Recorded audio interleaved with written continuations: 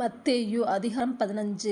அப்பொழுது எருசலேமிலிருந்து வந்த வேதபாரகரும் பரிசேயரும் இயேசுவினிடத்தில் வந்து, உம்முடைய சீஷர்கள் முன்னோர்களின் பாரம்பரியத்தை ஏன் மீறி நடக்கிறார்கள்? கை கழுவாமல் போஜனம் பண்ணுகிறார்களே என்றார்கள்.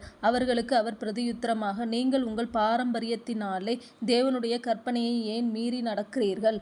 உன் தகப்பனையும் உன் தாயையும் கனம் பண்ணுவாயாக என்றும், தகப்பனையாவது தாயையாவது நிந்திக்கிறவன் கொல்லப்பட வேண்டும் என்றும் தேவன் கற்பித்திருக்கிறாரே.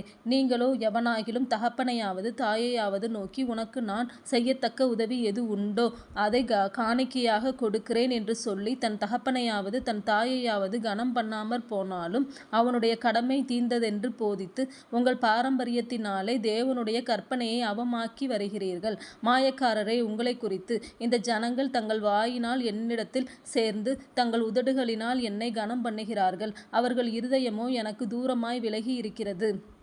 மனுஷருடைய கற்பனைகளை உபதேசங்களாக போதித்து வீணாய் எனக்கு ஆராதனை செய்கிறார்கள் என்று ஏசாயா தீர்க்கதரிசி நன்றாய் சொல்லி இருக்கிறான் என்றார். பின்பு அவர் ஜனங்களை வரவழைத்து அவர்களை நோக்கி, நீங்கள் கேட்டு உணருங்கள். வாய்க்குள்ளே போகிறது மனுஷனை தீட்டுப்படுத்தாது, வாயிலிருந்து புறப்படுகிறதே மனுஷனை தீட்டுப்படுத்தும் என்றார். அப்பொழுது அவருடைய சீஷர்கள் அவரிடத்தில் வந்து, பரிசேயர் இந்த வசனத்தை கேட்டு இடறலடைந்தார்கள் என்று அறிவீரா என்றார்கள். அவர் பிரதியுத்தரமாக, என் பரமபிதா நடாத நாற்றெல்லாம் வேரோடே பிடுங்கப்படும். அவர்களை விட்டு விடுங்கள். அவர்கள் குருடருக்கு வழிகாட்டுகிற குருடராயிருக்கிறார்கள். குருடனுக்கு குருடன் வழிகாட்டினால் இருவரும் குழியிலே விழுவார்களே என்றார். அப்பொழுது பேதுரு அவரை நோக்கி, இந்த உவமையை எங்களுக்கு வெளிப்படுத்த வேண்டும் என்றான். அதற்கு இயேசு, நீங்களும் இன்னும் உணர்வில்லாதவர்களாயிருக்கிறீர்களா? வாய்க்குள்ளே போகிறதெல்லாம் வயிற்றில் சென்று ஆசனவாளியாய் கழிந்து போம் என்பதை நீங்கள் இன்னும் அறியவில்லையா? வாயிலிருந்து புறப்படுகிறவைகள் இருதயத்திலிருந்து புறப்பட்டு வரும், அவைகளே மனுஷனை தீட்டுப்படுத்தும். எப்படியெனில், இருதயத்திலிருந்து பொல்லாத சிந்தனைகளும் கொலைபாதகங்களும் விபச்சாரங்களும் வேசித்தனங்களும் களவுகளும் பொய்சாட்சிகளும் தூசணங்களும் புறப்பட்டு வரும். இவைகளே மனுஷனை தீட்டுப்படுத்தும். கை கழுவாமல் சாப்பிடுகிறது மனுஷனை தீட்டுப்படுத்தாது என்றார். பின்பு இயேசு அவ்விடம் விட்டு புறப்பட்டு தீரு சீதோன் பட்டணங்களின் திசைகளுக்கு போனார். அப்பொழுது அந்த திசைகளில் குடியிருக்கிற கானானிய ஸ்திரீ ஒருத்தி அவரிடத்தில் வந்து, ஆண்டவரே, தாவீதின் குமாரனே, எனக்கு இரங்கும். என் மகள் பிசாசினால் கொடிய வேதனைப்படுகிறாள் என்று சொல்லி கூப்பிட்டாள். அவளுக்கு பிரதியுத்தரமாக அவர் ஒரு வார்த்தையும் சொல்லவில்லை. அப்பொழுது அவருடைய சீஷர்கள் வந்து, இவள் நம்மை பின்தொடர்ந்து கூப்பிடுகிறாளே, இவளை அனுப்பிவிடும் என்று அவரை வேண்டிக் கொண்டார்கள்.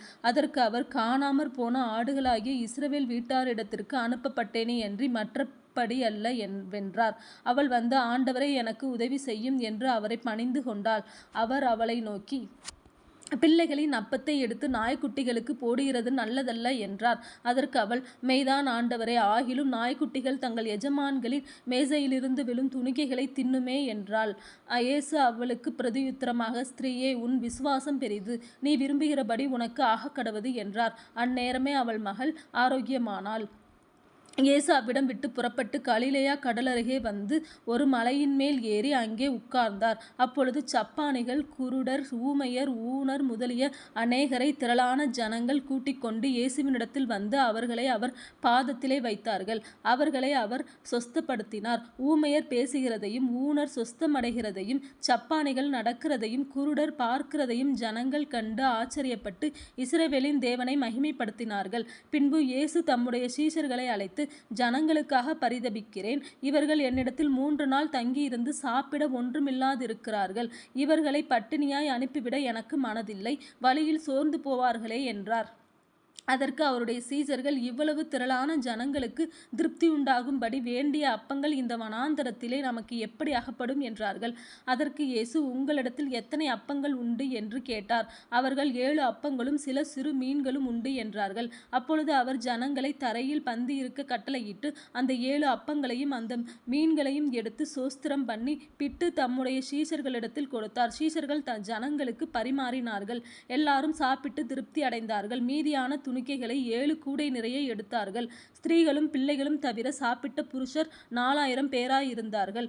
அவர் ஜனங்களை அனுப்பிவிட்டு படவில் ஏறி மக்தலாவின் எல்லைகளில் வந்தார்.